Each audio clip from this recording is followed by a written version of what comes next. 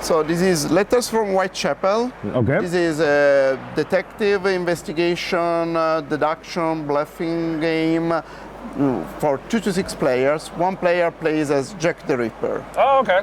Cool. And 1 to 5 other players play as the detectives who try to stop his murders. Okay. So it's a serious approach to Jack the Ripper's theme. Yep. We have tried to avoid too much gore into the game, but Oh, that's too bad. but definitely there is killing and murder and Awesome. Oh, I like it already. And you're from Nexus revenge Games. and retaliation. And it's for Nexus Games. Okay, cool. Okay. All So right. the game is played over a number of nights. The number of nights, if the game is played to the end, is 4. Of course, can stop before if Jack is caught first. Jack, at the beginning of the game, decides where his hideout is by writing a position of the board secretly on his movement pad. Okay. And then this is kept very well hidden under his screen. Okay. Then on the board you will see there are the white tokens. These are the potential targets for Jack. These are poor women who are walking the street by night. Okay. Which Jack wants to kill. And they have the shoe story. icons, which is pretty cool. These targets, which are set by Jack, some of them are fake, but some of them are real. Oh, so okay. Jack may create a little bit of Obfuscation, uncertainty about where he could actually strike.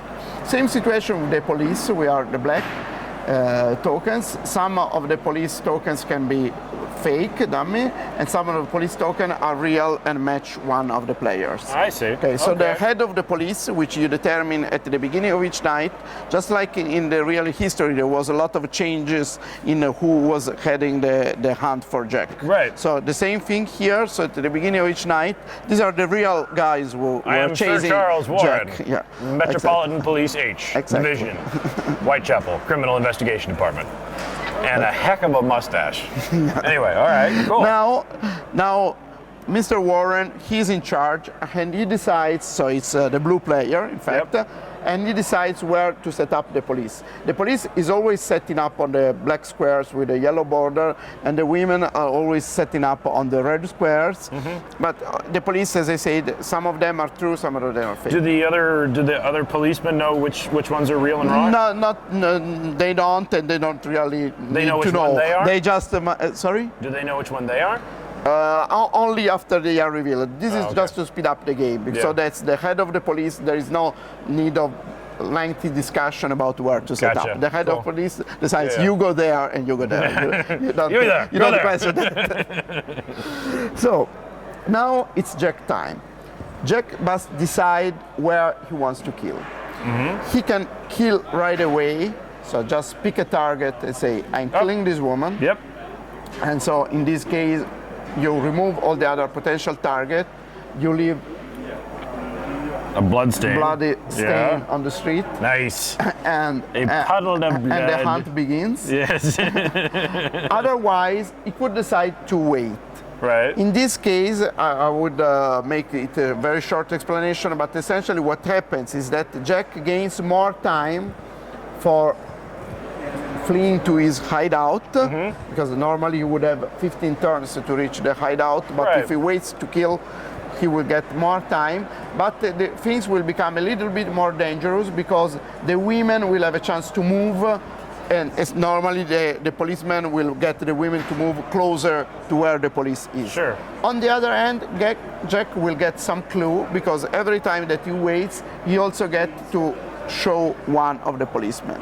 So Jack can play a waiting game. A little bit more information, Yes, can play a waiting game where he gets a little bit more information, a little bit more time, but most likely he will end up killing somebody who was very close to the police, so maybe a little bit dangerous, or can play, say, a normal game, just use the 15 turns, just use the hidden situation that it's set up like this. Cool. Okay, let's assume that Jack goes for the easy way and decides to kill the woman here. Now you remove all the other potential targets. You reveal all the police. So this is fake, goes away. Fake, goes away. Whether you play 1 to 5 people, there will always be 5 policemen in play. So Two guys I wanted to talk to. Hello. How you doing, Roberto? We're on video. Yeah, we have our meeting. I want to talk to you about doing. Yeah. Okay. We should talk, yes. Okay, I lost track of my. Okay, my blue was here. Okay. Okay. Cool. Okay. Here we are. Yep. So now the chase begins. Well, Jack will try to move from the spot where he killed a woman to where his hideout is.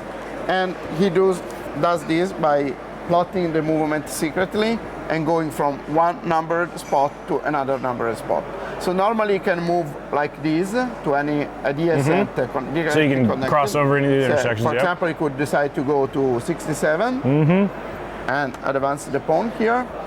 Or he can use special movements. The number of special movements is high at the beginning of the game, but he has less and less to use over the course of the game. So at the beginning, he has 3 coach movement, which allow him to move twice in a turn, essentially, and also to zip through a policeman, and has two movements through alleys. So essentially, movement through the coach would allow Jack to do something like 83, 100, or 84, 86. Right. Or a movement through alleys would enable him to go, say, like to 64 directly, or 99 directly, cutting across a block. I see. So these are special movements that he must declare he's using. So for example, he wants to flee immediately using a coach, would like this, and for example move 65, 53. So you know he's either at 53 as the so of course he detective, can or be 30, anywhere which is 2 away from here. So you are already in a lot of confusion. Now is the policeman's turn to go. And the policeman will move from black square to black square. Oh, so of course it will take some time to get to the killing spot. I gotcha. Now, after the movement, the police may decide to do with each policeman 2 different actions. They may declare an arrest and look at one of the spots which is connected to the square they are. So for example, the gray policeman here could arrest in 99 or could arrest in 100, or they can investigate. Or 120, sure. Yeah. Or they can investigate. If they investigate, it's a little bit more effective in terms because they can look all around, but they are not going to catch Jack with an investigation. They also. So sometimes you are in a tricky spot because, for example, here Jack could be 99. But could also be 100. What do? I do the risky thing and I try to arrest here. And if Jack is here, I win the game. Or I just want to be safer and get the maximum of information and want to look in more places. So how many moves do the policeman get to try to close the net? Where is Jack trying to get? You have a total, every night you have a total of 15 movements. So the very important thing is that normally if Jack is an average or good player, you are not going to catch him in one night. Normally the game will last 2 or 3 nights. Essentially, every night you will get a little bit of a better idea of where the hideout is. So in the end of the first night, for example, you know that Jack was fleeing this way. At one point, you know that he made 2 moves out of here and then he was at the hideout. So you know the hideout may be somewhere in this area. So the second night you have a better idea, and the third night you are almost sure where he is. So that's normally how the game flows, but of course that can be or you could get him the first night and get lucky, whatever. So normally the net narrows down over Jack, and every killing becomes more risky than the one before. How do you determine where his hideout is? Jack decides the hideout at the beginning of the game. Oh, right, okay. So and he can pick anywhere he wants. Yes, so essentially the police can win in 2 ways, either by arresting Jack, normally in the way between the killing spot to the hideout, or by preventing him to reach the hideout before turn 15. So sometimes I'm 100% sure that the hideout is here. I can just throw park everybody around around and Jack cannot reach the hideout, and I will Very cool.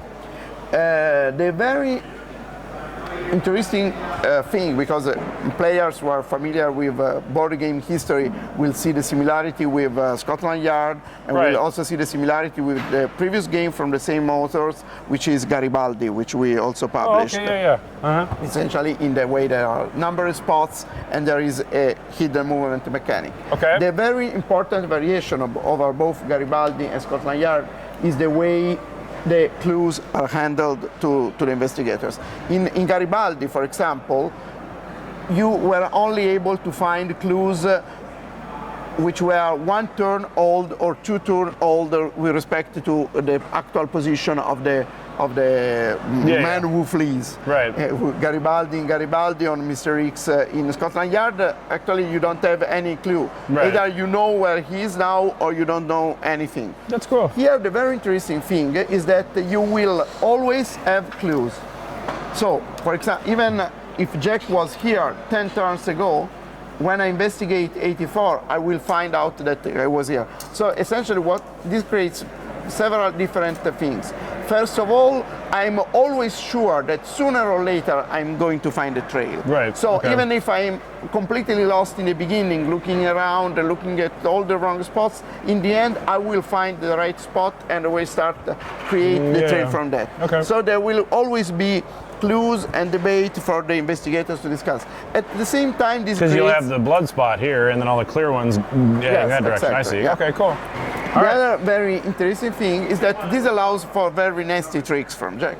Because if he goes back and walks again on his own track, Right. you are not going to see the difference from a place where he's been once or a place where he's been twice. So Okay. sometimes you may think that, okay, he's going this way, but at one point he was coming back, walking that's on his cool. traces, That's and very then neat. you are completely lost. All right, So, cool. Can we move on to the next one then? Yeah, This sure, is really sure. cool. And this is actually a pre-production copy, right? This is a pre-production copy. The shape of the meeples will change a little bit. It's in production now, and we expect the game to ship out of factory in mid-November, so for distribution during the month of December. Very cool. Very nice. I like it. Very cool.